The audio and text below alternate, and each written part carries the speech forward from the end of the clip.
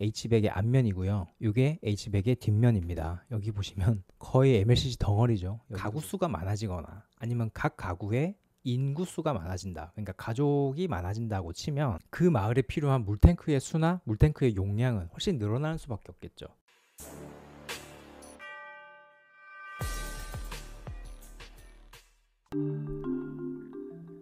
안녕하세요. 키포스트 안석현입니다. 오늘은 MLCC 얘기 좀 해보겠습니다. 최근에 우리 업계에서는 뭐라도 AI가 좀 붙어줘야 좀 팔리는 시대가 됐잖아요. 제가 재밌는 사진 하나를 발견했는데 여기 보시면 아이폰 16 프로 시리즈에 붙이는 보호 필름이에요. 근데 이 보호 필름조차도 Optimized for AI라고 되어 있습니다. 그러니까 AI에 최적화된 보호 필름이라는 얘기죠. 아니, 보호 필름은 그야말로 스마트폰 제일 바깥쪽에 스크래치 나지 말라고 붙이는 건데 이게 어떻게 해야 AI에 최적화되어 있다는 건지는 잘 모르겠지만 하나 사고 싶습니다. 우리나라에 파는지는 모르겠어요. 이것만 봐도 요즘에는 뭐라도 AI가 붙어줘야 되는구나 이렇게 생각할 수가 있습니다. 근데 사실 오늘 같이 알아볼 MLCC만 해도 AI 산업의 아주 중요한 조연이거든요. 그런데 잘 모르십니다. 왜냐하면 모든 사람들의 관심은 GPU와 HBM에 가 있거든요. 그것만 있으면 사실 AI가 구동되는 게 아닌데 이런 MLCC도 우리가 좀 잘 알아봐야 될 필요가 있을 것 같아서 오늘 같이 한번 얘기를 해보겠습니다.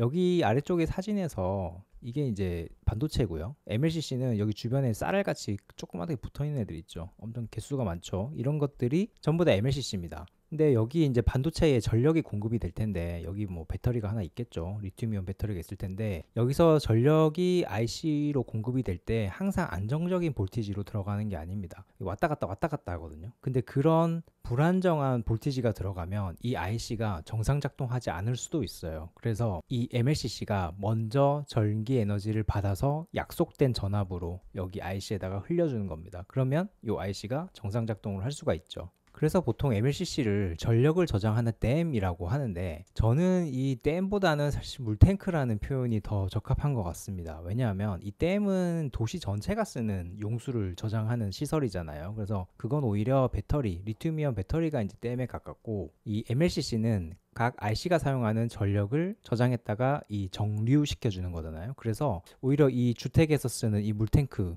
이런 거에 가깝지 않나. 제가 어렸을 때 부산에서 자랐는데 부산에는 고지대가 많죠. 그래서 그런 데들이 보면 보통 한 달에 하루 아니면 뭐 두세 달에 하루 이틀 이렇게 물이 안 나올 때가 있습니다. 그럼 그런 때는 요 물탱크 안에 있는 물을 쓰죠. 그럼 뭐 한 3인 가족, 4인 가족이 써도 충분한 정도의 양을 저장할 수 있죠. 그리고 나중에 다시 물이 들어오면 여기부터 일단 채우고 나머지 물을 우리가 쓰게 되는 겁니다. 그래서 MLCC의 구조를 들여다보면 내부는 생각보다 굉장히 간단합니다. 제가 이 앞에 실리콘 캐패시터에 대해서 말씀을 드리면서 MLCC도 간단하게 한번 알아봤었는데 전극과 유전체에 시루떡처럼 생겼습니다. 시루떡 다들 아시죠? 보면 여기도 유전체, 전극, 유전체, 전극, 유전체, 전극 이런 식으로 왔다 갔다 하면서 켜켜이 쌓여 있어요. 여기 노란색으로 돼 있는 부분이 이제 전극이 되겠고요. 진한 갈색으로 돼 있는 게 유전체입니다. 그래서 전기가 인가가 되면 이 유전체하고 전극의 어떤 작용에 따라서 전기 에너지를 보관을 하고 있다가 갑자기 전압이 떨어진다던가 높아진다던가 하면 여기 안에 보관되어 있는 전기 에너지를 IC에다가 공급을 해주고 그 다음에 다시 충전을 하고 이런 식으로 반도체에 안정적인 전력을 공급해 주는 거거든요. 그래서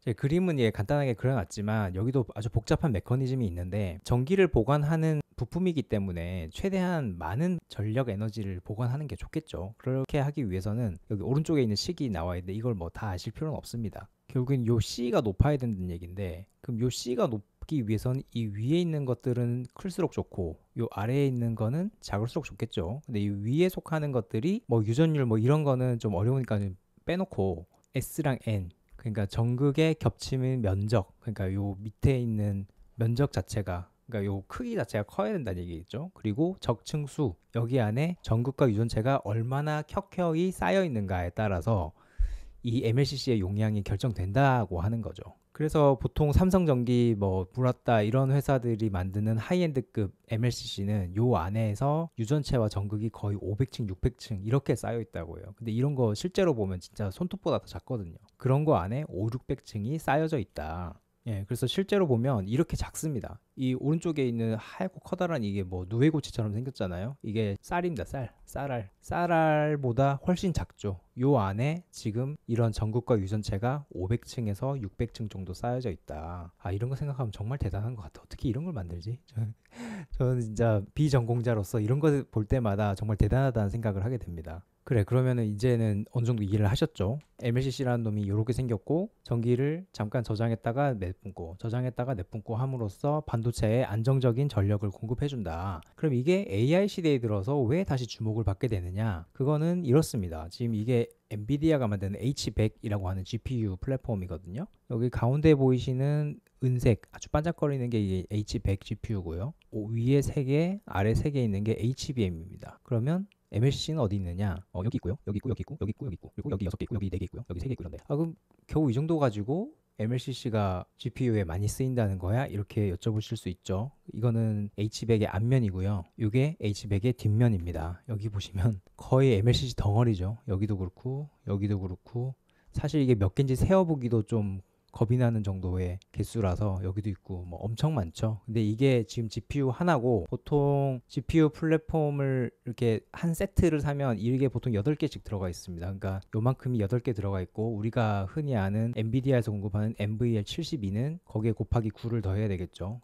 이거에 72배가 들어있다 이런 얘기입니다. 그러니까 개수가 무지하게 많고 용량도 무지하게 크다 이렇게 생각하시면 될 것 같습니다. 그럼 도대체 얼마나 많고 얼마나 큰데 이건 삼성전기에서 최근에 기자들 대상으로 설명회를 한번 했거든요. 제가 그 장표를 찍어 왔어요. 여기 보시면 일반 서버에는 보통 GPU 한 세트에 MLCC가 2200개가 들어가고요. 그 용량을 전부 다 합치면 22000 마이크로페럿 정도 된다고 합니다. 그런데 이거가 AI 서버로 넘어오게 되면 일단 개수가 28000개로 늘어나고 그러니까 13배 늘어나는 거죠. 그리고 용량은 60만 마이크로페럿이 된다고 합니다. 이거는 용량 차원에서 보면 27배가 늘어났죠. 다시 정리하면 개수는 13배가 늘어나고 용량은 27배가 늘어난다는 겁니다. 어마어마하죠. 여기 뒤통수 나온 기자분들 죄송합니다. 제가 이걸 자르지를 못해가지고 어차피 저보다는 더 후배분들이시겠죠. 그러면 GPU에는 왜 이렇게 많은 MLCC가 필요하냐? 그거는 기본적으로 소비 전력이 많기 때문이에요. 제가 앞에서도 설명드렸지만 MLCC가 반도체가 사용하는 전력 에너지를 잠깐 저장했다가 내주고 저장했다가 내주고 하는 역할이라고 했잖아요. 그러면 그 GPU가 사용하는 그 반도체가 사용하는 전기 에너지가 많을수록 반도체의 개수가 많아질수록 당연히 MLCC도 많이 필요한 겁니다. 이게 앞에서 물탱크 비유로 돌아가서 생각해보면 어떤 특정 마을에 가구 수가 많아지거나 아니면 각 가구에 인구수가 많아진다. 그러니까 가족이 많아진다고 치면 그 마을에 필요한 물탱크의 수나 물탱크의 용량은 훨씬 늘어나는 수밖에 없겠죠. 저희 집은 어렸을 때 저희가 4인 가족이었는데 만약에 6인 가족이거나 8인 가족이었으면 훨씬 더 큰 용량의 물탱크를 써야 되지 않았을까 싶은 생각이 듭니다. 그래서 일반적으로 이제 데이터 센터에서 사용하는 서버가 2000와트 정도의 소비 전력을 가지고 있는데 AI 서버는 그보다 7배 많은 15000와트 정도의 소비 전력을 가지고 있습니다. 그래서 이렇게 늘어날 수밖에 없다. 2200개에서 28000개 이렇게 많아질 수밖에 없다. 이렇게 설명을 하고 있습니다. 그럼 단순히 개수만 늘어나고 용량이 커지면 물론 이것도 시장에는 호재이긴 하죠. 근데 그보다 더 이제 주목을 받는 건 MLCC라는 이런 수동소자, 보통 제가 지난 시간에 설명드렸지만 이런 수동소자들은 기본적으로 IC에 가깝게 있을수록 좋습니다. 왜냐하면 반도체와 거리가 멀어질수록 거기까지 오는 데 따르는 노이즈가 낄 가능성이 그만큼 높아지거든요. 이제 집에서 독서실을 가야 되는데 독서실이 바로 옆에 있는 게 아니라 1km, 2km 밖에 있으면 좀 가는 길에 떡볶이도 사 먹고 싶고 PC방도 가고 싶고 오락실도 가고 싶고 이렇잖아요. 그러니까 최대한 MLCC와 반도체는 가까이 있을수록 좋다. 근데 필요한 용량은 많아지고 가까이 있을수록 좋다라고 하면 그만큼 소형화되는 게 필요하겠죠. 왜냐하면 일단 물리적인 거리를 가깝게 하기 위해서는 모두가 다 바로 옆에 붙어 있을 수는 없을 거잖아요. 자기네들끼리 최대한 오밀조밀 붙어 있어 줘야 소형화가 가능해야 그만큼 고용량화를 할 수 있다. 아니면은 이게 소형화가 안 되면 저 멀리 배치해야 될 거 아니에요. 그렇게 하면 안 좋다. 그래서 이게 기술적으로도 굉장히 어렵다라고 합니다. 그리고 고온화도 버텨야 되고요. 그러니까 GPU가 동작하면서 100도 이상으로 온도가 올라가기 때문에 온도에 대한 내구성도 당연히 좋아야 됩니다. 그래서 보면 MLCC 시장 전체를 놓고 봐도 2023년부터 2028년까지 연평균 성장률이 한 8% 정도 나오거든요. 근데 MLCC 중에서 이제 방금 말씀드린 AI 서버용 MLCC는 두 자리 이상 훌쩍 뛰어넘는다라고 합니다. 그럼 이 시장에서는 누가 잘하느냐? 일단 전체 MLCC 시장만 놓고 보면 일단 5개의 과점 시장이거든요. 무라타, 삼성전기, TDK, 다이오 유덴, 그리고 야게오 이렇게 5개 회사가 전체 시장의 90%를 잡고 있습니다. 그렇기 때문에 일단 과점 시장이라고 볼 수 있는데 각 회사가 집중하고 있는 시장은 조금씩 달라요. 삼성전기는 최근에 이제 AI 서버 쪽으로 거의 올인을 하고 있는데 전기가 한 40% 정도 된다고 합니다. 그러니까 AI 서버용 MLCC 시장에서는 삼성전기가 40% 정도 되고 무라따랑 한 비슷한 수준이 아닌가 싶은 생각이 듭니다. 사실 삼성전기의 전체 시장에서 그러니까 MLCC 전체 시장에서 점유율은 한 23%에서 25% 정도 되거든요. 이것보다는 일단 AI 서버용 시장에서 훨씬 높으니까 시장 대응은 좀 잘 하고 있다라고 생각할 수 있겠죠. 이게 뭐 5개 회사만 제가 말씀드렸지만 여기 보면 뭐 중소 회사들도 있습니다. 우리나라에도 아바텍이라는 회사가 MLCC를 공급을 하고 있죠. 물론 이 앞에 있는 5개 회사에 비할 바는 아닙니다만 일단 이런 회사도 있다. 그리고 저는 좀 요즘에 개인적으로는 실리콘 캐패시터 굉장히 궁금한 점이 많아서 한번 또 그날 여쭤봤어요. 이날 이민곤 상무님, 여기 계시는 이민곤 상무님이 나오셔가지고 직접 MLCC에 대해서 설명을 해주셨는데 그런 질문이 나왔습니다. 실리콘 캐패시터가 최근에 아주 각광을 받고 있는데 시장에서 어떻게 각각 포지셔닝을 할 것 같냐. 이 앞에 그림은 제가 한번 보여드렸죠. MLCC가 거의 대부분을 차지하겠지만 특정 영역에서 실리콘 캐패시터가 여기 이렇게 치고 들어오고 있다 이렇게 설명드렸었잖아요. 상무님도 비슷하게 말씀을 하셨는데 특히나 고주파 쪽은 실리콘 캐패시터가 강점이 있고 저주파 쪽은 MLCC가 여전히 우위에 있다 이렇게 설명해 주셨습니다. 근데 GPU 같은 경우에는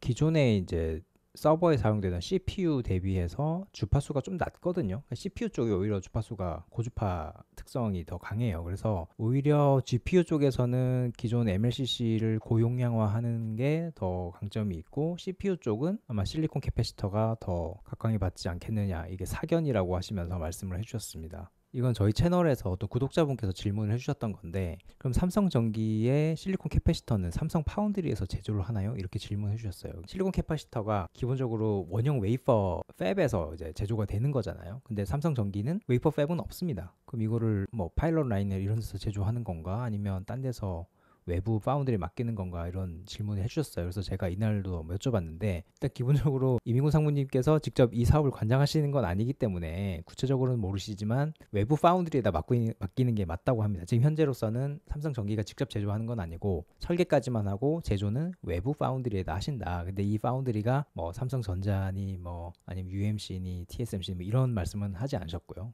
어쨌든 직접 제조하는 건 아니다. 제 생각에는 실리콘 캐패시터가 뭐 그렇게 뭐 첨단 노드를 쓰겠나 이런 생각은 듭니다. 왜냐하면 몇 마이크로미터 단위의 디자인을 가지고 있더라고요. 제가 보니까.